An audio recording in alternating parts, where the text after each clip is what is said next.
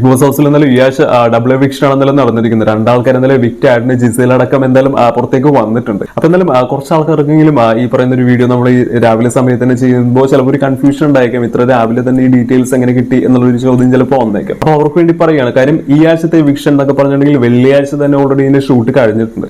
അതായത് already big boss ഹൗസിൽ നിന്ന് പുറത്ത് വന്നവർ ഓൾറെഡി പലതവണ പറഞ്ഞിട്ടുള്ള ഒരു കാര്യമാണ്, ശനി ഞായർ ദിവസങ്ങൾക്ക് വേണ്ടിയുള്ള എപ്പിസോഡ് ശനിയാഴ്ചയാണ് ഷൂട്ട് ചെയ്യുന്നത്. അതായത് രാവിലെ മുതൽ ഉച്ച വരെയുള്ള സമയത്ത് ഈ പറഞ്ഞ ശനിയാഴ്ചത്തേക്ക് വേണ്ടിയുള്ളതും അതുപോലെ ഉച്ചയ്ക്ക് ശേഷം ഷൂട്ട് ചെയ്യുന്ന ഞായറാഴ്ചത്തേക്ക് വേണ്ടിയുള്ള ഒരു എപ്പിസോഡോണെന്നാലും ഷൂട്ട് ചെയ്യുന്നത്. അങ്ങനെയാണ് നോർമലി എല്ലാ ആഴ്ചകളിലും ഷൂട്ട് ചെയ്യുന്നത്. അതേസമയം ഇപ്പൊ ഈ ഒരു ആഴ്ച സംഭവിച്ചിട്ടുണ്ടെങ്കിൽ തമിഴ് ബിഗ് ബോസ് തുടങ്ങുന്നതുകൊണ്ട് തന്നെ ഈ പറയുന്ന വെള്ളിയാഴ്ച ദിവസത്തേക്ക് ഈ പറയുന്ന ശനി ഞായർ ദിവസത്തേക്ക് വേണ്ടിയുള്ള ഷൂട്ട് ഓൾറെഡി കഴിഞ്ഞിട്ടുണ്ട്. അതുകൊണ്ട് തന്നെ ഇന്നലെ തുടങ്ങിയ ഈ ഡാറ്റ എന്തായാലും പുറത്തു വന്നിട്ടുണ്ട്. ജിസയിലും അതുപോലെ തന്നെ ഒണിയിൽ സാബുവാണ് എന്തായാലും എവിക്റ്റ് ആയിരിക്കുന്നത്. ഈ ജിസയിലിന്റെ എപ്പിസോഡ് എന്ന് പറഞ്ഞാൽ ഞായറാഴ്ച ആയിരിക്കും കാണിക്കുന്നത്. കാര്യം ആരും ഒട്ടും പ്രതീക്ഷിക്കാത്തൊരു എവിക്ഷൻ നടന്നു ജിസയിൽ. നമുക്കറിയാം നല്ല രീതിയിലൊരു ഒരു കഴിവുള്ള നല്ല രീതിയിലൊരു ബിഗ് ബോസ് മെറ്റീരിയൽ എന്ന് തന്നെ പറയാൻ പറ്റുന്ന ഒരു മത്സരാർത്ഥി തന്നെയായിരുന്നു ജിസയിൽ തുടക്ക സമയത്ത്.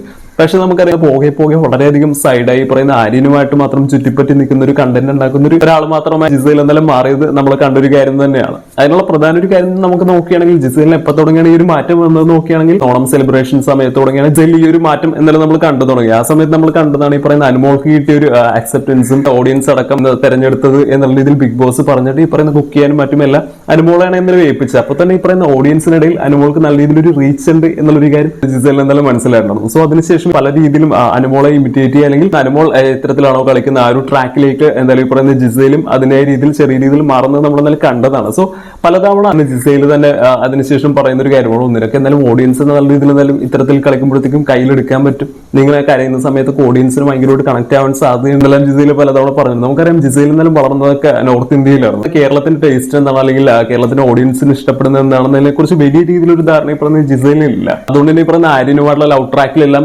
കുറച്ചധികം കൂടുതൽ ഫോക്കസ് ചെയ്ത് ഇമോഷണലി ഈ പറയുന്ന ഓഡിയൻസുമായിട്ട് കണക്ട് ചെയ്യാൻ വേണ്ടി ആ ഒരു ട്രാക്കിലേക്ക് എന്തായാലും ജിസയിൽ ഒരുപാട് സമയം ഇൻവെസ്റ്റ് ചെയ്യും, കൂടുതൽ ആര്യനുമായിട്ട് സമയം സ്പെൻഡ് ചെയ്യും, അല്ലെങ്കിൽ ആ ഒരു ട്രാക്കിൽ കൂടുതൽ ഫോക്കസ് ചെയ്തു. പക്ഷെ അപ്പൊ പറ്റിയെന്താണെന്ന് വെച്ചിട്ടുണ്ടെങ്കിൽ ജിസയിൽ ആദ്യം സമയം വന്ന സമയം ബിഗ് ബോസിനകത്ത് പക്ക ഒരു ബിഗ് ബോസ് മെറ്റീരിയലാണ്.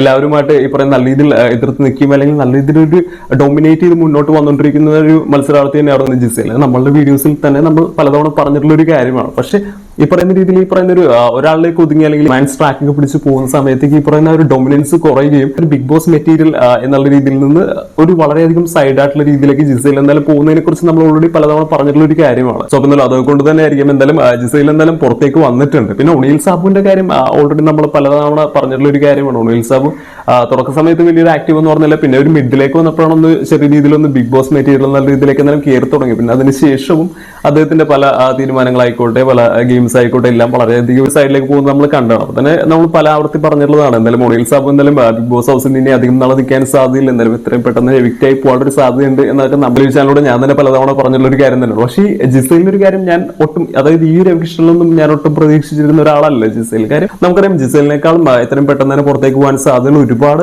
മത്സരാർത്ഥികൾ ഓൾറെഡി ഇപ്പോൾ അവിടെ ഉണ്ട്. ഈ പറയുന്ന എവിക്ഷനിലടക്കം ഓൾറെഡി ഉള്ള ആൾക്കാർ തന്നെ ജിസയിലിനേക്കാളും മോശമുള്ള ഒരുപാട് ആൾക്കാരുണ്ട്. ലാലേട്ടൻ പറയുന്ന പോലെ തന്നെ ഇതൊരു മൈൻഡ് ഗെയിമാണ്. അപ്പൊ അതുകൊണ്ട് ആ രീതിയിൽ കളിക്കൊണ്ടൊരു കളിയും കൂടിയാണ്. പിന്നെ ബിഗ് ബോസ് ഷോയിൽ നമ്മൾ ഫസ്റ്റ് സീസൺ തുടങ്ങിയ കാണുന്ന ഒരു കാര്യമല്ല, അതായത് നമ്മൾ വിചാരിക്കുന്ന പല ആൾക്കാരും ഈ പറയുന്ന ഈ മിഡൊക്കെ ചെയ്യുമ്പോഴത്തേക്ക് ഇത്തരത്തിൽ എവിക്റ്റ് ആയി പോകുന്നതെല്ലാം നമ്മൾ സ്ഥിരമായിട്ട് കാണാനുള്ള ഒരു കാര്യം തന്നെ. അതായത് നമ്മൾ ഇവരായിരിക്കും വിജയി അല്ലെങ്കിൽ ഇവരായിരിക്കും ഏറ്റവും അധികം കത്തിക്കേറാൻ പോകുന്നതെന്നൊക്കെ വിചാരിക്കുന്ന പല ആൾക്കാരും ഇത്തരത്തിൽ എവിക്റ്റ് ആയി പോകുന്നതൊക്കെ നമ്മൾ ഫസ്റ്റ് തുടങ്ങി കാണുന്ന ഒരു കാര്യമാണ്. സോ ഈ പറയുന്ന ബിഗ് ബോസിന്റെ സൈഡിൽ നിന്ന് അത് ബിഗ് ബോസ് ഷോയുടെ ഏറ്റവും വലിയൊരു അട്രാക്ഷൻ ശരിക്കും പറഞ്ഞാൽ അത് തന്നെയാണല്ലോ. അതായത് നമ്മൾ ഗസ് ചെയ്യുന്ന പോലെ തന്നെ കറക്റ്റ് ആയിട്ട് എല്ലാം പോയി കഴിഞ്ഞാൽ അതിനകത്തൊരു ത്രില്ലിംഗ് ഇല്ല അല്ലെങ്കിൽ ഈ പറഞ്ഞ ഒരു എൻഗേജിംഗ് ഫാക്ടർ അതിനകത്ത് എന്തായാലും മിസ് ആവുന്നുണ്ട്. അതായത് നമ്മൾ ജഡ്ജ് ചെയ്യുന്ന പല ആൾക്കാരും പുറത്തു പോകുമ്പോഴത്തേക്കും നമ്മൾക്ക് അവിടെ ഒരു കൺഫ്യൂഷൻ വരികയും അതാണ് ശരിക്കും പറഞ്ഞ ഈ ഒരു ഷോയുടെ ഏറ്റവും വലിയൊരു അട്രാക്ഷൻ എന്ന് തന്നെ വേണമെങ്കിൽ പറയാം. എന്നാലും ഈ എവിക്ഷനെ കുറിച്ചുള്ള നിങ്ങളുടെ അഭിപ്രായം എന്താണ്? നിങ്ങൾ ഈ ഒരു എവിക്ഷനകത്ത് സാറ്റിസ്ഫൈഡ് ആണോ? ജിസയിലൊക്കെ എന്തായാലും ഈ ഒരു എവിക്ഷനിൽ പോകേണ്ട ഒരാളാണ് എന്ന് എനിക്ക് തോന്നുന്നുണ്ടോ? അല്ലെങ്കിൽ നിങ്ങളുടെ അഭിപ്രായത്തിനകത്ത് ആരായിരുന്നു ശരിക്കും ഈ ഒരു എവിക്ഷനകത്ത് പുറത്തു പോകണം എന്ന് നിങ്ങൾ ആഗ്രഹിച്ചിരുന്ന അല്ലെങ്കിൽ നിങ്ങൾ പ്രതീക്ഷിച്ചിരുന്നത് എന്ന്